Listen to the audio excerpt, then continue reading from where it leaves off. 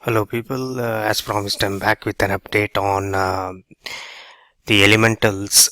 The purpose of this talk is my opinion on how these elementals work and create the reality we see around. Depending on whom you talk to, the number of base elementals vary from anywhere between 24 to 96. So my understanding is, as of now, we know at least there are 96 elementals. So the information there are tons of information about these elementals. You can just search for the Sanskrit word for elementals is Tattva. You just search for Tattva plus 96 or 24 or 36, these numbers. You will find a ton of information on the internet. So these are the basic building blocks of the reality we are experiencing.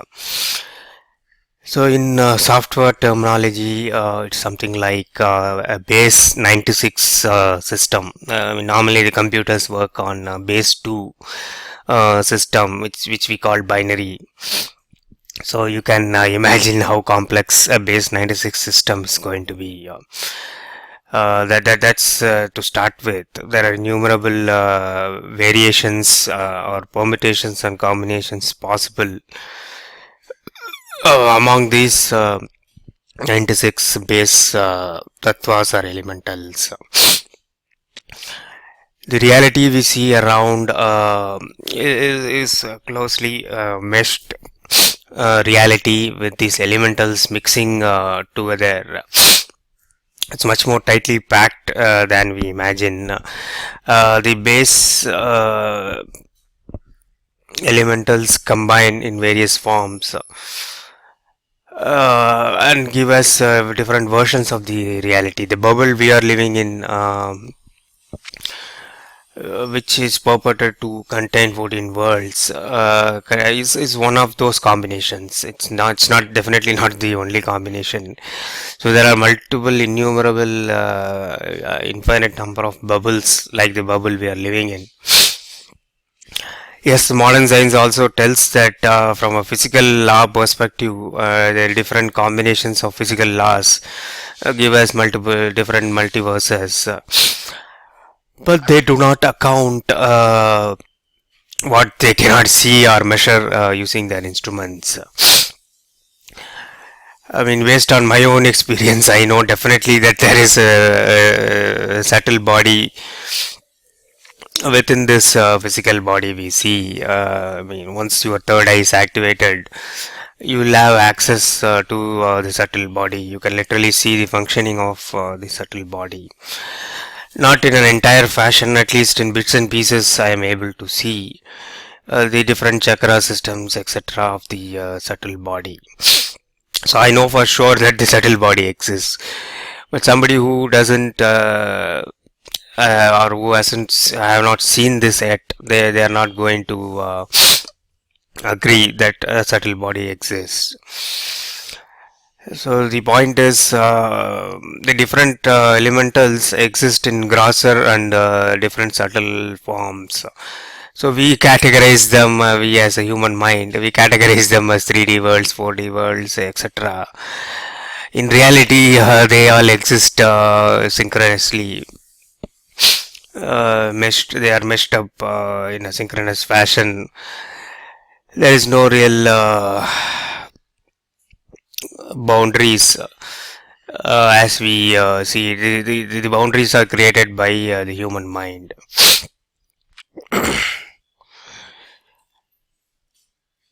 So all this is there so that the different possibilities can be experienced. And there is this age-old question of whether the ultimate is impersonal or personal.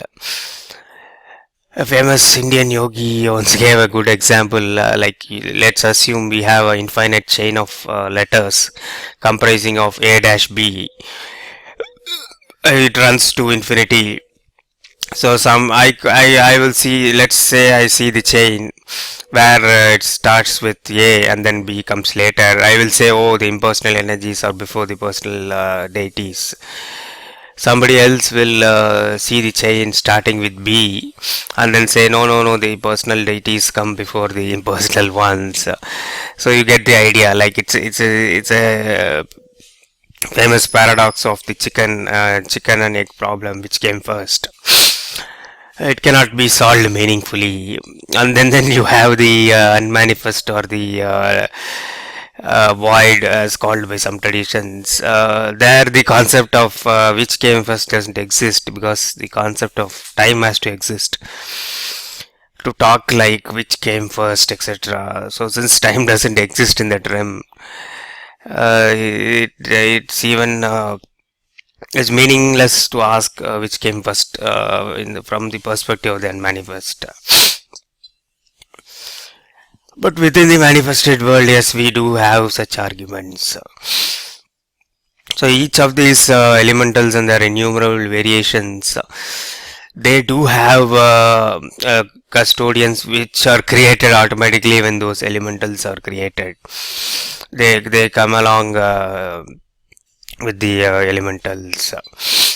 They are the custodian. For example, Earth is a big elemental. It contains many metals. For example, iron is one of those metals. So it's said that the planet Saturn, the being who rules planet Saturn, is the custodian of that elemental called iron, the sub-elemental called iron. Similarly, all metals have their various custodians. So these beings are assigned for that. They cannot be ruled out. They control that part of the matrix. But the unmanifest is there everywhere. That is what is, or you can call it the universal consciousness. That is what is the real experiencer of all this. So you don't have to worry that you are not one of those custodians. It's all it's all the same if you think about it.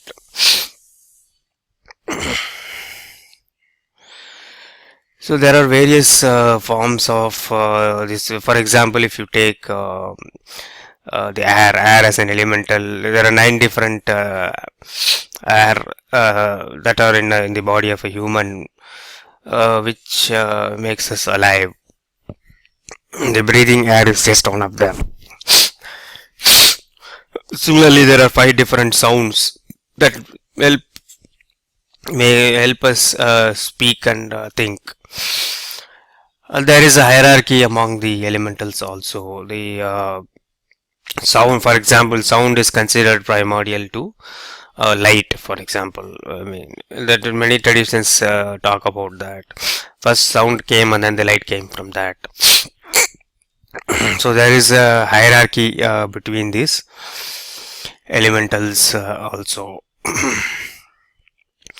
So in the yogic tradition, the yogis who contemplated on this truth, they have come up with like the 7 major chakras we talk about. They have subdivided that into 4 regions. For example, the lowermost 2 chakras are called the fire region. The middle 2 chakras are called the sun region. The top 2 are called the moon region, and the final Sahasra chakra, the crown chakra, is considered as the star region, where the so-called soul and the oversoul, etc., they reside in the form of star.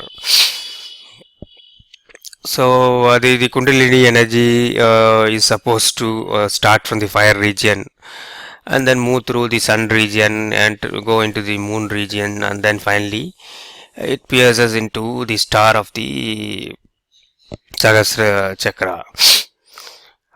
So I always see those. I see multiple stars in the third eye portal that is open in me always. So I do not see one star, but I see multiple stars. So maybe that signifies that probably the connection between the different souls in that soul group. I don't know what exactly that means. So the point here is there is a hierarchy in which even the Kundalini energy moves based on the elementals. So the yogic knowledge tells that once you pierce different regions, you get certain mystical powers. So those mystical powers, for example, there are a bunch of astral conduits. There are 72,000 astral conduits in the astral body. So each of them connect different various chakras. For example, there are a bunch of astral conduits connecting the heart chakra to the crown chakra. If those are activated, you will suddenly start speaking languages which you did not even know. You will start talking fluently, and you will also possess enormous strength, like you can lift a truck with your own hand, etc. So these kinds of these are basically, these conduits are basically the mastery over the elementals. Basically the resistance for that elemental is lifted off, because the various elementals, they do have the power and they also have the resistance associated with it. These are the attributes of the elementals. So once those astral conduits are activated, the resistance factor is removed, and you get that necessary power. It's not that it was not there, but it was resisted by some by a attribute. So once that resistance is removed, once you have activated that astral conduit, you will be able to exhibit that power through the body main complex you call yourself. So that's how it works. So these astral conduits are all different various resistances and capacitances of the big circuit we call the human existence. So based on the yogic practices, or sometimes it happens accidentally also, as in my case, you can activate those conduits and receive the respective siddhis or the powers. So so all these deities are also part of the grand illusion. Only thing is the illusion is different at different levels. The grander the being, the grander the illusion. Nobody is outside the illusion. None of the manifested beings are outside the illusion. So best we can do is notice all the experiences we are undergoing. This the just the fact of noticing. It's an age-old technique. I have not invented that. Just by the factor of noticing, you will see that the unmanifest is untouched by all this rest of the stuff, which are built by 96 base elementals. So hopefully this information is useful to you. Catch you sometime later. Thanks, guys.